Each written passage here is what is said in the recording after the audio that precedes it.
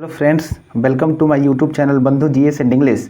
आज के इस वीडियो के माध्यम से हम लोग आज के सभी इंपॉर्टेंट करेंट अफेयर्स को डिस्कस करेंगे। हमारे चैनल पे जो लोग भी नए हैं वे हमारे चैनल को सब्सक्राइब करें। तो चलिए फ्रेंड्स, हम लोग पहले क्वेश्चन की तरफ चलते हैं।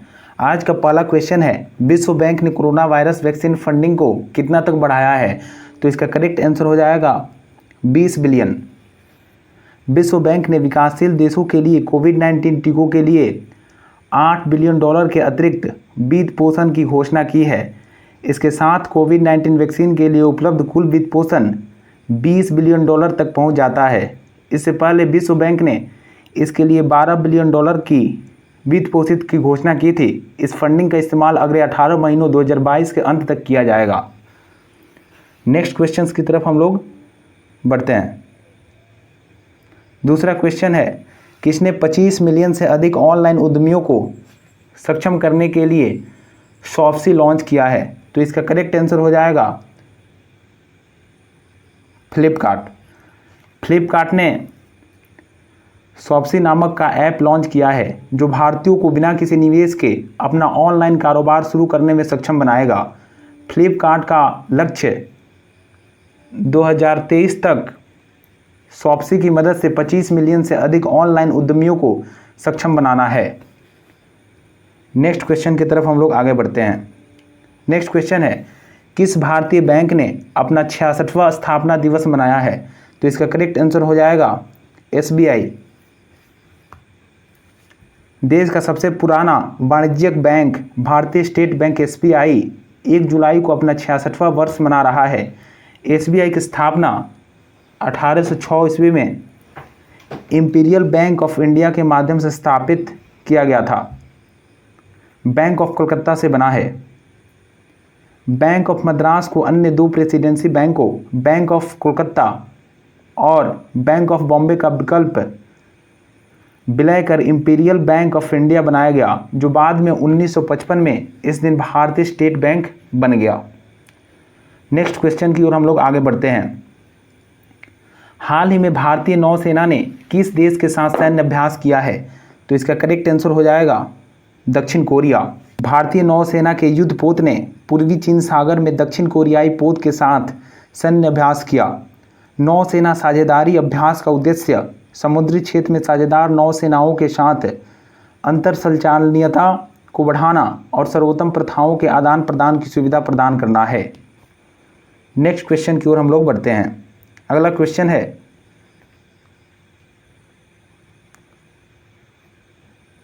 किस राज्य के मुख्यमंत्री ने YSR बीमा योजना शुरू की है? तो इसका करेक्ट आंसर हो जाएगा आंध्र प्रदेश गवर्नमेंट ने।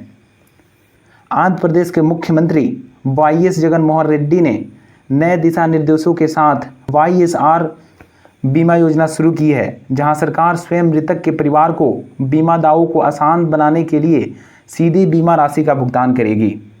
नेक्स्ट क्वेश्चन की तरफ हम लोग बढ़ते हैं। हाल ही में डिजिटल इंडिया ने कितने वर्ष पूरे किए हैं? तो इसका करेक्ट आंसर हो जाएगा 6 वर्ष। डिजिटल इंडिया पहल ने 1 जुलाई 2021 को अपने 6 साल पूरे कर लिए हैं। डिजिटल इंडिया भारत को डिजिटल रूप से सशक्त समाज और ज्ञान अर्थव्यवस्था में बदलने के लिए सरकार की प्रमुख योजना है। इसे 1 जुलाई 2015 को प्रधानमंत्री नरेंद्र मोदी द्वारा लॉन्च किया गया था। पिछले 6 वर्षों में सरकार ने direct benefit transfer, common service centre, DigiLocker और मोबाइल आधारित उमंग सेवाओं जैसी कई डिजिटल पहल शुरू की है। नेक्स्ट क्वेश्चन की ओर हम लोग आगे बढ़ते हैं। हाल ही में किस भारतीय बैंक ने सैल्यूट डॉक्टर लॉन्च किया है? तो इसका करेक्ट आंसर हो जाएगा ICICI बैंक ने मेडिकल डॉक्टरों के लिए भारत का सबसे व्यापक बैंकिंग समाधान लॉन्च किया है। सैल्यूट डॉक्टर्स के नाम से यह समाधान हर डॉक्टर के लिए अनुकूलित बैंकिंग के साथ साथ मूल्यवर्धित सेवाएं प्रदान करता है। नेक्स्ट क्वेश्चन की तरफ हम लोग आगे बढ़ते हैं। हाल ही में एम प्रसन्न का निधन हो गया है। उनका संबंध किस खेल से है? तो इसका करेक्ट आंसर हो जाएगा फुटबॉल। एम प्रसन्न 1970 के दशक के एक प्रतिभाशाली मिडफील्डर थे। नेक्स्ट क्वेश्चन की तरफ हम लोग आगे बढ़ते हैं। किस बैंक ने सलाम दिल से पहल शुरू की है? इसका करेक्ट आंसर हो जाएगा HDFC। HDFC बैंक ने सलाम दिल से पहल शुरू की है। HDFC बैंक ने देश भर के डॉक्टरों को श्रद्धांजलि देने के लिए, महामारी के दौरान डॉक्टरों की अथक सेवा के लिए उनका आभार व्यक्त करने के लिए सलाम दिल से पहल की शुरुआत की है। नेक्स्ट क्वेश्चन की तरफ हम लोग आगे बढ़ते हैं। हाल ही में विश्व स्वास्थ्य संगठन द्वारा किस एशियाई देश को मलेरिया मुक्त घोषित किया गया है? तो इसका ऑप्शन है बांग्लादेश, चीन, थाईलैंड और नेपाल। तो इसका करेक्ट आंसर हो जाएगा चीन। विश्व स्वास्थ्य संगठन WHO द्वारा चीन को आधिकारिक तौर पर मलेरिया मुक्त के रूप में प्रमाणित किया गया है। 2016 में श्रीलंका के बाद यह टैग प्राप्त करने वाला एशिया प्रशांत क्षेत्र का केवल दूसरा देश है। तो श्रीलंका के बाद एशिया प्रशांत देश में चीन का नंबर 2 है। चीन ने लगातार 4 वर्षों तक शून्य स्वदेशी मलेरिया के मामलों को बनाए रखा है। 1940 के दशक में इसमें अनुमानित 30 मिलियन मामले और प्रति वर्ष 3 लाख मौतें हुई। नेक्स्ट क्वेश्चन की तरफ हम लोग चलते हैं। भारत में आपातकालीन लाइसेंस प्राप्त करने वाला पहला mRNA टीका कौन सा है? तो इसका करेक्ट आंसर होगा मॉडर्ना mRNA 1223। भारत ने अपने चौथे कोविड-19 वैक्सीन और पहले, भारत का ये चौथा कोविड-19 वैक्सीन है और फर्स्ट mRNA वैक्सीन। मॉडर्ना के mRNA 1223 को मंजूरी दी। इसे अमेरिका में स्पाइक वेक्स ब्रांड नाम से बेचा जाता है।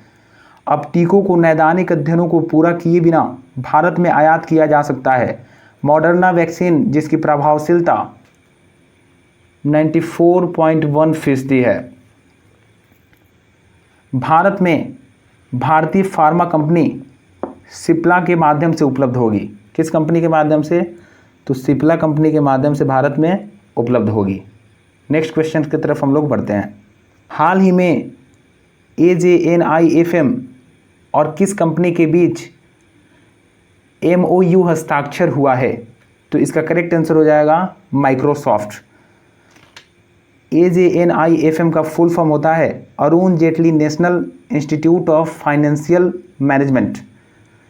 तो हाल ही में AJNIFM और माइक्रोसॉफ्ट ने आर्टिफिशियल इंटेलिजेंस और उभरती प्रौद्योगिकियों के उत्कृष्टता केंद्र के निर्माण के लिए एक समझौता ज्ञापन पर हस्ताक्षर किए हैं।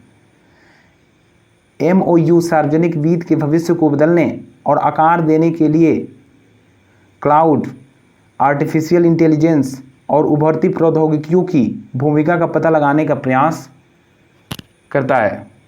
अगला क्वेश्चन है अंतर्राष्ट्रीय प्रवासी कामगारों, यहाँ पे थोड़ा सा टाइपिंग एरर है। अंतर्राष्ट्रीय प्रवासी कामगारों पर किस संस्था द्वारा रिपोर्ट प्रस्तुत किया गया है? तो इसका करेक्ट आंसर होगा ILO, इंटरनेशनल लेबर ऑर्गेनाइजेशन। अंतर्राष्ट्रीय श्रम संगठन ने अंतर्राष्ट्रीय प्रवासी श्रमिकों पर अपनी रिपोर्ट प्रकाशित की है। कोविड-19 महामारी और बढ़ते हुए वैश्विक औद्योगिकरण के बीच रिपोर्ट प्रकाशित की गई थी, जिसने रोजगार की तलाश में सीमा पार करने वाले श्रमिकों में बदलाव से दुनिया की अर्थव्यवस्था को प्रभावित किया है। वैश्विक स्तर पर ILO की इस रिपोर्ट के अनुसार अंतर्राष्ट्रीय प्रवासी कामगारों की संख्या बढ़कर 169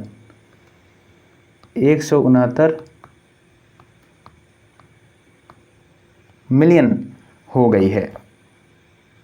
नेक्स्ट क्वेश्चन की तरफ हम लोग आगे बढ़ते हैं। किस शहर ने अपना पहला इंटरेक्टिव जैव विविधता मानचित्र जारी किया है? तो इसका करेक्ट आंसर हो जाएगा मुंबई। यह मैप मुंबई और आसपास पाए जाने वाले जीवों और वनस्पतियों की विशिष्ट प्रजातियों के बारे में जानकारी प्रदान करता है। मैप में चित्रों और तस्वीरों के माध्यम से इस क्षेत्र की जैव विविधता को दिखाया गया है। नेक्स्ट क्वेश्चन है देवेंद्र झाझरिया टोक्यो पैरालंपिक्स के लिए राष्ट्रीय चयन ट्रायल में विश्व रिकॉर्ड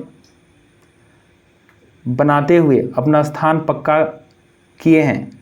इनका संबंध किस खेल से है? भाला फेंक, यहाँ पे क्रिकेट नहीं होगा, भाला फेंक। देवेंद्र झाझरिया का संबंध भाला फेंक से है।